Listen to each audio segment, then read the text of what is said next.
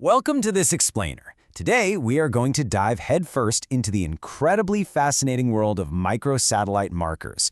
We're going to look at their unique mutational dynamics and how CD genomics actually helps researchers navigate both their incredible power and, let's be honest, their inherent complexity. If you work in population genetics or biodiversity, you already know these markers are absolutely essential, but you also know they can be uniquely challenging to work with.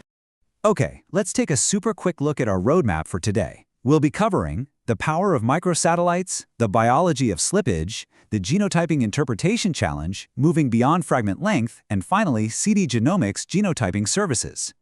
All right, let's jump right into Section 1, the power of microsatellites. We really need to understand exactly why researchers rely so heavily on them. So the crucial point to remember here is that a microsatellite, or a short tandem repeat, is not just some simple variation. Because it's made up of these tiny 1 to 6 base pair repeating units, a single locus can carry a whole bunch of different allelic states. This gives it a really unusual, highly concentrated resolving power.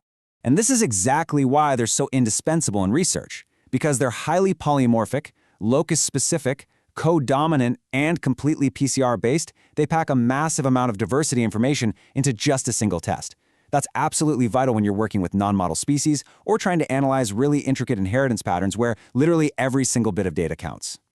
Moving on to Section 2, the biology of slippage. Let's look under the hood at the mutational engine driving all this diversity. You know, the very thing that makes microsatellites so powerful is actually what makes them incredibly tricky. Think of the DNA replication machinery moving across these repeated sequences, kind of like it's moving across a floor of interchangeable tiles. Because the tiles all look exactly the same, it is super easy for the two DNA strands to just slip out of register. When this slippage happens and a loop forms, well, if it escapes the cell's mismatch repair system, we get a direct molecular mutation. If the newly synthesized strand loops out, you gain repeat units. That's an expansion. But if the template strand loops out, you lose units, a contraction. This structural instability is basically a biological mutational shortcut. But that brings up the big question for anyone working in genetics, right? How does this amazing biological feature, this mutational engine, actually impact the signals we read in the lab? Because remember, we are using polymerase in the lab too. Let's unpack that in Section 3, the Genotyping Interpretation Challenge. It's really common for researchers to get super excited about a marker's polymorphism information content, or PIC. But here's the reality check. A marker might look amazing on paper with a sky-high PIC, but then completely fail in the lab. Operational reliability, things like clean amplification and stable binning, is what actually dictates success in your assay, not just its theoretical diversity.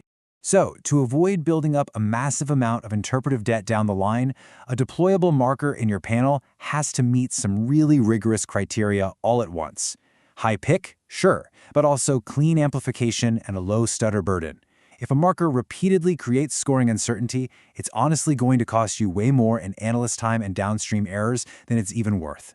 Speaking of uncertainty, one of the absolute biggest culprits here is the dreaded stutter peak. Because we use polymerase for PCR, it slips in the test tube just like it slips in the living cell. Stutter peaks are completely notorious, especially in dinucleotide repeats. They create this predictable but deeply frustrating series of smaller peaks on your graph that can so easily be mistaken for a true minor allele. And honestly, even more dangerous than stutter are null alleles. This happens when a mutation in the primer binding region prevents an allele from amplifying at all. It's essentially a missing signal. Null alleles imitate biological reality by making heterozygotes look like homozygotes. This can completely distort your population genetics data, tricking you into false conclusions about inbreeding or population structure. So, how do we solve this? That brings us to Section 4, moving beyond fragment length. Traditionally, we've relied on capillary electrophoresis, or CE. And look, CE is a fantastic tool, but it infers the allele entirely based on the fragment's length. Moving to sequence-resolved alleles via SSR-Seq fundamentally changes our entire information model. We stop asking, how long is this piece of DNA? And we start asking, what is the exact sequence of this piece of DNA? This shift completely solves a crucial problem known as size homoplasy. Imagine this. CE shows you a single peak for two different samples, so you assume they're genetically identical. But SSR-Seq reveals that two totally different sequences are hiding inside that exact same fragment length. Maybe one has a repeat interruption and the other has a flanking mutation. CE is totally blind to that nuance. Now, you might be sitting there wondering, well, why not just use SNPs then? As you can see here, for targeted diversity work with a modest number of loci, SSRs remain incredibly powerful precisely because of their multi-allelic structure. And when you upgrade those SSRs with modern sequencing technologies, they become an absolutely unbeatable tool for targeted research. Let's look at how to actually put this into practice. In Section 5, CD Genomics Genotyping Services. With extensive expertise and some seriously advanced technological platforms, CD Genomics offers a robust, highly optimized path through both traditional CE profiling and advanced, sequence-resolved SSR profiling like high SSR-Seq. Basically, they have the exact tools needed to match your specific research question.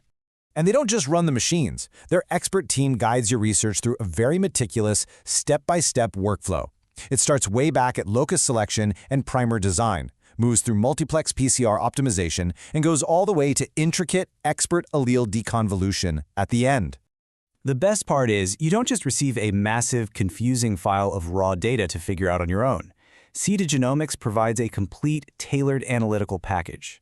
This pipeline is specifically designed by experts to conquer those exact headaches we talked about earlier, the stutter, the null alleles, all that complex binning. Now, I need to take a quick pause to emphasize something extremely important here. As strictly noted by CD Genomics, these highly powerful services and technologies are exclusively for research purposes. They are absolutely not intended for clinical diagnosis, treatment, or any individual health assessments. To wrap up this explainer, I want to leave you with a thought. As you sit down to design your next population or biodiversity study, how much more could you discover if you stopped measuring just fragment length and started reading the true sequence? Think about it. Thanks so much for joining me on this deep dive into microsatellites.